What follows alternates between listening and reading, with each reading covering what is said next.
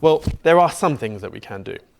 And I think there are 7 things in general that we can do. So I would get off your high horse if you have one. So if you're like me, everyone's very righteous these days and, oh, the world is ending, blah, blah, blah. I always like to go back to basics and, control things that you can actually control. Can I control or influence what the US, China, Russia do? Or no, I'm a nobody. So what can I do? What can you yourselves do for your family?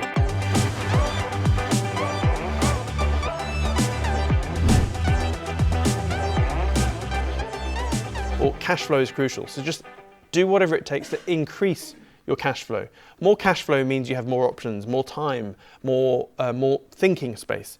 So whatever you do, whether it's a job or business or whatever, there are numerous things that you can do to increase your cash flow.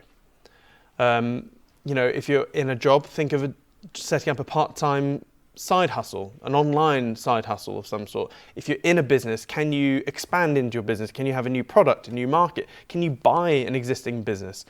Can you, no matter which level you are on that wealth generation journey, there's always things that you can do differently, just to get some extra cash flow. Just go back to the basics. I always control what you can control. There are huge opportunities in front of us, and these opportunities are useless unless you have the capital to pounce on it. So it's all very well, I could be damn right about everything, let's say. Magic wand, I'm right about all my forecasts. Big crash coming, crypto's going down and then up, that's what I still think. Blah, blah, blah. I could be right. And by the way, over the last 10 years, there have been so many times I've been spot on about something, but haven't been able to capitalize on it. And there's nothing more frustrating than going, I told you this was going to happen. And then, your wife or your friends go, oh, how much money did you make from it? Not much. It's just, so it's one of my ever chronic things where I've just looking back in the past going, oh, look, you said this would happen for a whole year and it did. And you made no money from it or very little amount of money from it. So so me personally, that's one of the things one of my little revelations that, I put more money in your mouth, if that makes sense. But in order to do that, you need capital. You need to also be extremely picky on what you deploy on, when you do it, and how much of it.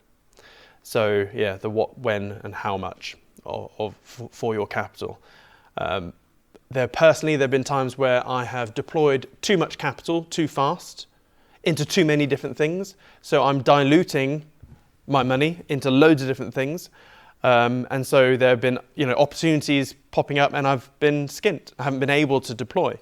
Also, just by spreading your assets too thin, wealth, when you look at those that have become wealthy, they have got wealthy because they had a concentration of capital in a certain thing that did well. No one really ever got rich in a time-efficient manner by spreading their assets into everything. That just doesn't happen, not in a time-efficient manner. So if you look at anyone that's gone from not being a millionaire to a millionaire within a 10-year period, they didn't do it by investing in mutual funds. They did it by going all in on something, concentrating their assets on something, or that could be a business that they run. Go from one man, one woman band to a 5-person band or whatever. But I'm a big believer in the concentration of capital, and because of that, you have to be really picky what you choose, when you choose, and how much of it. And the other caveat to this are that sort of quadrant where you can have small money, small and slow money, and small and fast money. So a small and slow money thing will be investing, $5,000, $10,000 into a company which, aims to sell in 5 or 10 years, right? So what are you? You put your $5,000 in or whatever, and if that company doesn't do well, you're screwed. And even if it does do well, let's say that company does exactly what it says it's going to do, and it sells to Microsoft in 5 years' time, your $5,000 or whatever, what is that going to turn into? Let's say you double it. Okay, well, you've made 100% over 5 years. Then when you look at it on a yearly basis, it's like, oh shit, maybe I could have used that money elsewhere. So that's small and slow money. Small and fast money is, doing a business or something. Can I buy, big fluffy teddies from China for £10, or more realistically, for £50 each, and then sell them for £80 or £100 on Facebook or something. That's small and faster money. So on the other side of the quadrant, you then have big and slow money. Again, that's like investing a shit ton of money into a business and hoping you can sell out in 5 or 10 years or whatever. And then you have big, fast money. Now, unfortunately, there's also another graph, which is the risk with all of these things. Big and fast money will be something like investing in a pre-seed IPO investment, which I've done twice. One of them did really well. That was investing pre-seed in the TMG IPO. We literally doubled our money, or more than that, in 6 months. That was pretty good. And then the second time it happened, we put 400 grand into this seed IPO investment.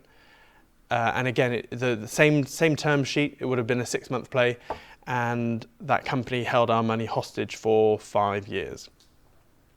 And we didn't make the ROI. And it was basically 400 grand. And then after 4 years, started slowly getting that money back. So that's an example of a big money play, big and slow money play, which went wrong. Actually didn't go that wrong, you got the capital back, but really when you look at the 5 years or whatever it took to get the money back, massive loss of opportunity cost. So you have to analyze, slow, fast money, small, big money, etc., plus with the what, when, and how much. It is make or break. And I've made big errors with all of these things in the past. So I'm ever present about this. It's a chronic thing on my head. Again, don't spread yourself too thin. I think I've already covered that. 5, it also doesn't hurt to have insurance measures. Okay, so this isn't really a capital appreciating type thing, but this is not just for crypto stuff. So yeah, for crypto, it's worth having a spare trez or backing up your data. Passwords. The 3-2-1 principle. Have more than 3 instances of your seed phrase stored in 2 different mediums and in more than one place. Okay, so the 3-2-1 principle. So that way, if your house burns down, you literally don't lose all your crypto as well. So you need at least one form of your seed phrase, outside of your house. Again, food and water. We've seen what lockdowns can do, and there will be more lockdowns. Well, is it worth getting 3 to 6 months worth of food, non-perishable food now, whilst there isn't a panic? I mean, it does not hurt to have, let's say, 3 months worth of pasta and rice and pesto and other stuff like that. You don't have to go and bulk buy it today, but just fill up your pantry. Or if you don't have a pantry, fill up a box and put it in a room somewhere. And don't do what we did, put it in a room in the house which wasn't as secure as we thought, and then we had rats eat through 6 months worth of food. And those rats also, we had a rat, another completely, we had somewhere else in the garage, and the rats ate through some wiring in Ellie's Tesla. I was like, Jesus Christ, you can't leave a car anywhere these days. Fucking rats. Coco had a field day. We literally just put her in the room, shut the door. But she wouldn't catch anything, so it was like me, Ellie, and the cat trying to corral them. It was actually mice into the corner of the room, then catching it and then putting them in the woods. I can't kill things. Anyway, so eyes on where the football is going, not where it is right now. So if you're literally playing football and I don't know, someone's got the ball and you're the winger, you know what's going to happen. The person's going to try and pass it to you, but they're not going to pass it to you where you are right now because you're running, aren't you? The crosser or the person is going to kick it forwards in front of you. So you need to be focused on, right, I need to get to this spot ASAP. Probably not the best analogy, but how can you apply that principle in trading, investing, business? So if it's business, where is the puck going? You need to embrace AI tools. That's an easy thing, right? Every type of business, no matter how bricks and mortar-y your business is, you need to embrace AI and have some sort of AI automation, at the very least, just to save you man hours. Trading and investing, where's that going? Where is the puck going? Well, we know the incumbents are screwed. So crypto, I guess being in crypto and staying on that crypto curve, you're already going where the puck is going. What else is there? Business, investing. Yeah, again, same with investing. Like I showed you those metrics again. I think that is compelling evidence we're going to see an economic recession of some sort in the very near future. That's where the puck's going. So how can you insulate yourself now? Again, a lot of these things like 3 months worth of food or whatever will help. And also prepare your red card drills now. So in flying, in aviation, you have, obviously, there's a million different emergencies a plane or a helicopter can have, right? What you don't want to do, and there's a section in every pilot operating handbook of your red card drills, which is stuff where if it happens, you don't go, let me just get my checklist out. Right, there is a fire, check. Yep, there's a fire. Turn your cabin heater off. Like you literally don't have time. You'll suffocate by then or burn. So, engine fire or fire in the cockpit would be a red card drill. Engine failure, red card drill. There are things that you need to be able to do off the top of your head instinctively. And then other things where you can have time to get your checklist out. Well, you have the same thing in business. You have the same thing in trading, in investing. Let's take business, because it's easy. Right now, you lose your emails and internet. And let's say it's Monday morning, and then boom, you lose internet. So no emails, all your automations go out the window. Everything stops working. What do? Oh shit! You can't access your systems.